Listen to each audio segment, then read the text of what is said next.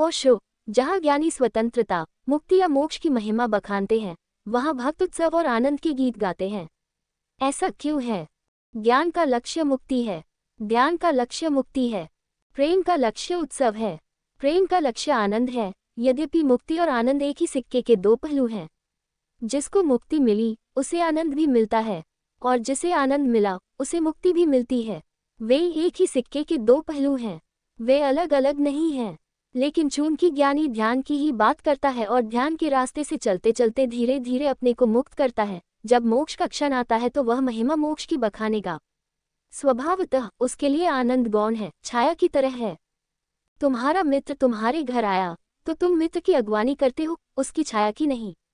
छाया भी आई, जैसा मित्र आया वैसे छाया भी आई, लेकिन तुम छाया की अगवानी नहीं करते। तुम फूलहार मित्र को पहनाते हो, छाया को नहीं। तुम मित्र का स्वागत करते हो, बंधनवार लगाते, छाया के लिए नहीं। यद्यपि छाया भी साथ आ रही है। जिसने ध्यान की खोज की है उसने चाहा है मोक्ष आ जाए, मुक्ति आ जाए। मुक्ति उसकी आकांक्षा है, तो जिस पर आकांक्षा लगी है, जिस पर ध्यान अटका है, जब वह घटना घटेगी तो वह मोक्ष की ही प्रशंसा के, महिमा के वचन बोलेगा। आनंद उसके पीछे चला आया है, छाया की तरह, लेकिन आनंद की वह बात न करेगा। बुद्ध ने आनंद शब्द का भी उपयोग नहीं किया।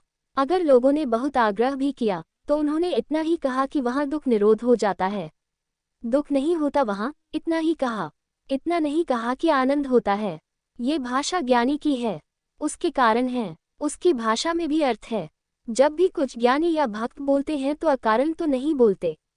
बुद्ध ने क्यों नहीं कहा कि आनंद है? क्या उनको पता नहीं चल रहा आनंद? और किसको पता चलेगा? बुद्ध से ज्यादा आनंदित आदमी और कहाँ खोजोगे?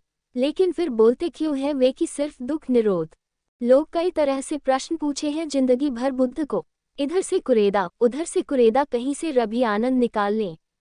लेकिन बुद्ध सदा इतना ही कहते हैं, वहां दुख नहीं है। आनंद के बाबत चुप रह जाते हैं। क्यों? क्योंकि बुद्ध देखते हैं कि लोगों की आकांक्षा बड़ी विकृत है। अगर उनसे आनंद की बात कहो तो वे तो समझ ही नहीं पाते कि आनंद क्या है। वे यही समझते हैं कि अपना ही सुख बड़ा होकर होगा।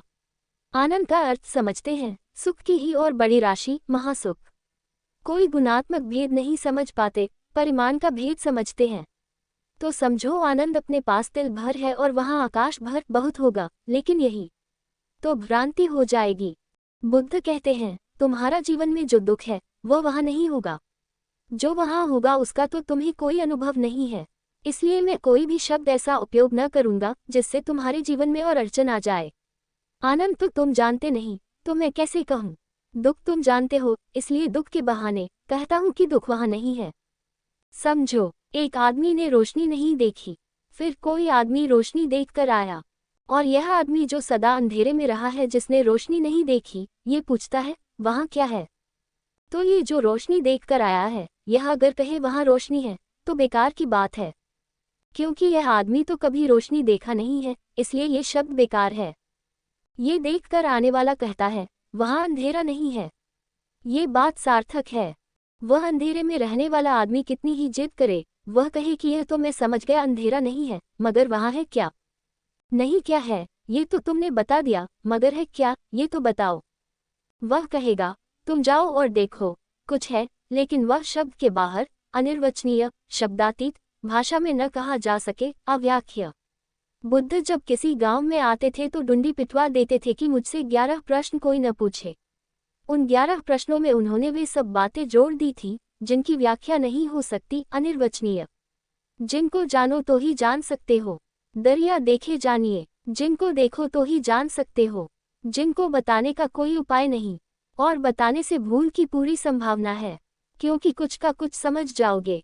तो बुद्ध ने तो आनंद शब्द का उपयोग नहीं किया। इसका यह अर्थ नहीं कि वहां आनंद नहीं होता। और कबीर और दादू और रैदास आनंद की महिमा बखानते हैं, आनंद के गीत गाते हैं। अनहद बाजे बांसुरी, बांसुरी की बात करते हैं कि वहां बड़ी अनहद की बांसुरी बज रही है, कि अमृत की वर्षा हो रही है, अमीरस बरसे, कि मेघ घिरे, सारा आकाश आनंद से आंदोलित है, हजार हजार सूरज निकले हैं, हजार हजार कमल खिले हैं। मस्त मगन होकर, मस्ती में डूबकर भक्त गाता है। भक्त की भाषा अलग, भक्त की खोज उत्सव है, आनंद है, स्वतंत्रता नहीं, मोक्ष नहीं। भक्त तो कहता है मोक्ष तुम अपने पास रखो, मुझे चाहिए नहीं, मुझे तो तुम्हारे दर्शन मिल जाए। हरे दर्शन की प्यासी अखियां, बस मैं तो तुम्हारे दर्शन पालूं। दरस परस हो जाए, इससे ज्यादा मुझे कुछ चाहिए नहीं। तुम्हारा मोक्ष तुम जानो, मुझे तो तुम्हारे प्रेम का बंधन पर्याप्त है। तुम मुझे हजार हजार बंधनों में बांधे रहो, तुम्हारी बाहें मुझे घेरे रहें, मैं तुम्हारे आलिंगन में रहूं, मैं तुम्हारे चरणों को पकड़े रहूं। ये चरण मुझसे मत छीनना, बस मेरे लिए पर्याप्त है। भक्त की खोज बड़ी और है, प्रेम की खोज है, आनंद की खोज है, महोत्सव की खोज है। तो जब भक्त के जीवन में वह घटना घटती है, वह घटना एक ही है, मगर जब भक्त के जीवन में घटती है तो उसे पहले दिखाई पड़ता है आनंद। स्वतंत्रता आती है छाया की तरह, स्वतंत्रता आती है पीछे पीछे सरकती आनंद के, आती ही है, वे दोनों साथ हैं, एक ही ऊर्जा के दो नाम हैं। मगर तुम्हारे देखने से फर्क पड़ जाता है। तुम इसे ऐसा समझो कि तुम कुछ मित्रों को इस बगीचे में ले आओ। कोई लकड़हारा आ जाए, वह झाड़ को देखेगा, उसी झाड़ को जिसको तुम देख रहे, मगर वह सिर्फ लकड़ी देखता है। वह सोचता है कि ईंधन के काम आ जाएगी, कि फर्नीचर बन सकता है, कि बाजार में दाम कितने मिल जाएंगे। उसे और कुछ नहीं दिखाई पड़ता, उसे सिर्फ लकड़ी दिखाई पड़ रही है। और एक चित्रकार वहीं खड़ा हो, चित्रकार को हरियाली दिखाई पड़ती है, फूल दिखाई पड़ते हैं, लकड़ी नहीं दिखाई पड़ती। इस वृक्ष में सौंदर्य दिखाई पड़ता है। और ध्यान रखना, चित्रकार को जैसे रंग दिखाई पड़ते हैं, वैसे तुम्हें दिखाई नहीं पड़ते, क्योंकि चित्रकार की बड़ी पकड़ रंग पर होती है। तुम्हें तो ऐसा दिखाई पड़ता है सब वृक्ष हरे हैं, उसे एक एक वृक्ष अलग ढंग से हरा दिखाई पड़ता है। हजार ढंग के हरे रंग हैं, हरे रंग में भी हरे रंग हैं, मगर उसके लिए तो निष्णात आंख चाहिए चित्रकार की। उसे पत्ती पत्ती अलग रंग की दिखाई पड़ती है, उसे रंगों का बड़ा विस्तार दिखाई पड़ता है। इंद्रधनुष तना है, रंगों का बड़ा खेल है, मगर उसके लिए रंग की पहचान चाहिए। और अगर तुम किसी संगीतज्ञ को भी ले आए हो तो उसे रंग नहीं दिखाई पड़ेंगे, क्योंकि उसकी पकड़ कान से है, उसकी पकड़ आंख से नहीं है। इसलिए अक्सर ऐसा हो जाता है, अंधे आदमी अच्छे संगीतज्ञ हो जाते हैं, क्योंकि संगीतज्ञ की सारी पकड़ कान से है, आंख से कुछ लेना देना नहीं है। रंग का सवाल ही नहीं है, ध्वनि का सवाल है। इसी वृक्ष के पास खड़े होकर ये देखते हैं हवा की आवाज, ये हवा की सरसराहट, ये हवा का वृक्षों से गुजर जाना, ये चित्रकार को दिखाई ही नहीं पड़े, ये दिखाई पड़ने की बात ही नहीं है। लेकिन ये संगीतज्ञ, अगर तुम एक वैज्ञानिक को ले आओ, वनस्पतिशास्त्री को, तो उसे ये कुछ बातें नहीं पता चलेंगी। वह देखेगा किस जाति का पेड़ है, किस देश से आया है, कितनी उम्र होगी, उसके कुछ प्रश्न और ही होंगे। और ये सारे लोग एक ही बगीचे में खड़े हैं। एक छोटे बच्चे को ले आओ, वह शायद इस वृक्ष में उत्सुक न हो, लेकिन इस वृक्ष पर बैठी तितली में दीवाना हो जाएगा। अलग अलग लोग, अलग अलग उनके ढांचे हैं, अलग अलग पहचान के ढंग। ज्ञानी मोक्ष के संबंध में वर्षों तक चिंतन किया है, वही सोचा, वही विचारा, वही ध्याना। उसके रग रग रोए रोए में बस एक ही पुकार है, स्वतंत्रता, स्वतंत्रता, स्वतंत्रता। जब परमात्मा के निकट आता है तो उसे जो उसने चाहा है वह मिलता है। दूसरी बात भी मिलती है भेद स्वरूप साथ साथ, लेकिन जो उसने चाहा वह उसे दिखाई पड़ता है। आ गई स्वतंत्रता।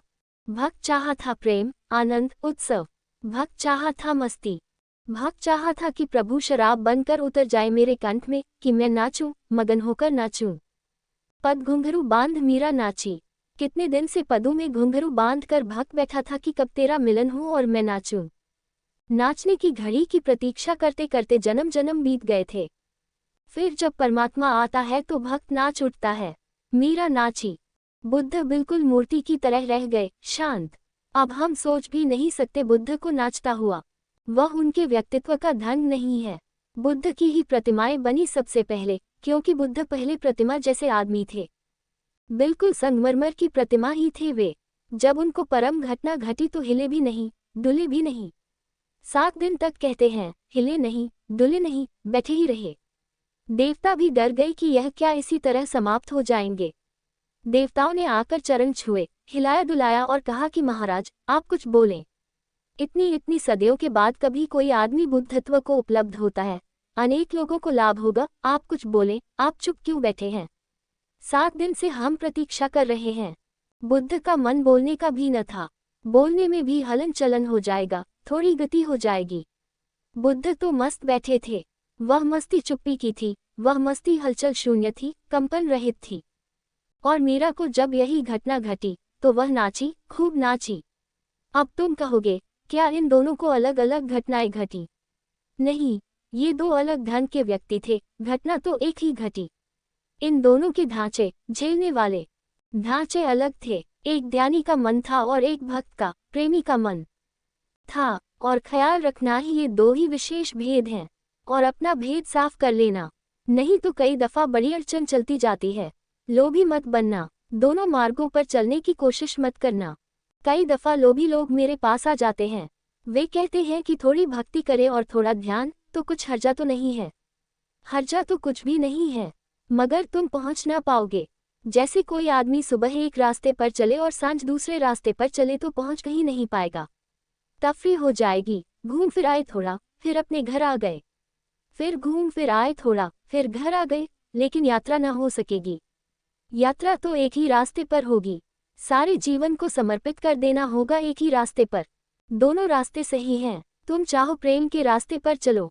अपने भीतर जरा सोचो, अपने भीतर जरा झांको, तुम्हें कौन सी बात रुचती है? स्वतंत्रता की तुम्हारे भीतर पुकार है या आनंद की पुकार है? क्या तुम चाहते हो एक नाच से भरा हुआ जीवन जिसमें फूल खिले हो, सुगंध हो? ऐसा जीवन चाहते हो, या ऐसा जीवन चाहते हो शांत, जिसमें कंपन भी न हो? अगर निष्कंप जीवन चाहते हो तो ध्यान से चलो, अगर नृत्य मदमस्त जीवन चाहते हो तो भक्ति से चलो। इसलिए दोनों भक्तों और ज्ञानियों के वचनों में एक भेद है। मैंगर जिसको दिखाई पड़ता है वह उन दोनों के वचनों में एक ही स्वर पाता है। बांसुरियां अलग हैं, लेकिन बांसुरियों में बजने वाला संगीत एक है। तैरते तिनके झुलाती धार है, डूबता कंकड़ बहुत लाचार है, कौन भारी और हल्का कौन है तौलना ही लहर का व्यापार है। एक काली डोर में अंबर घिरा, बंधनों में जीर्ण है सारी धरा, पानखुरी ने तो बहुत बांधा मगर गंध ने माना नहीं ये दायरा। पानखुरी ने तो बहुत बांधा मगर सुवास जब पैदा होती है फूल में तो कली तो उसे बांध कर रखती है। पानखुरी ने तो बहुत बांधा मगर गंध ने माना नहीं ये दायरा। लेकिन गंध दायरे को मानती नहीं, खोल देगी पंखुरियों को, उड़ जाएगी। ज्ञानी तो पानखुरी है, बंद कली की तरह होता है। कली का भी अपना मजा है, और भक्त फूल की तरह खिला हुआ होता है। फूल का भी अपना मजा है, अलग अलग पसंदगियां हैं। कुछ लोग कलियों का ही गजरा पसंद करते हैं, कुछ लोग फूलों का गजरा पसंद करते हैं। दोनों की खूबियां हैं।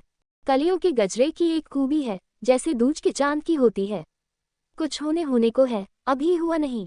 कुछ होने को है, गंध उड़ती उड़ती सी है, बंद है, जरा जरा आती है, कभी कभी आती है, और देर तक आएगी। तुम कलियों पर भरोसा कर सकते हो, 2-4 दिन भी घर में रहेंगी तो गंध रहेगी। फूल की तो गई, उड़ गई, अभी है अभी गई, जल्दी ही हवाएं उसे लूट लेंगी। कहते हैं एक मुसलमान बादशाह ने अपने राजदूत को भारत भेजा।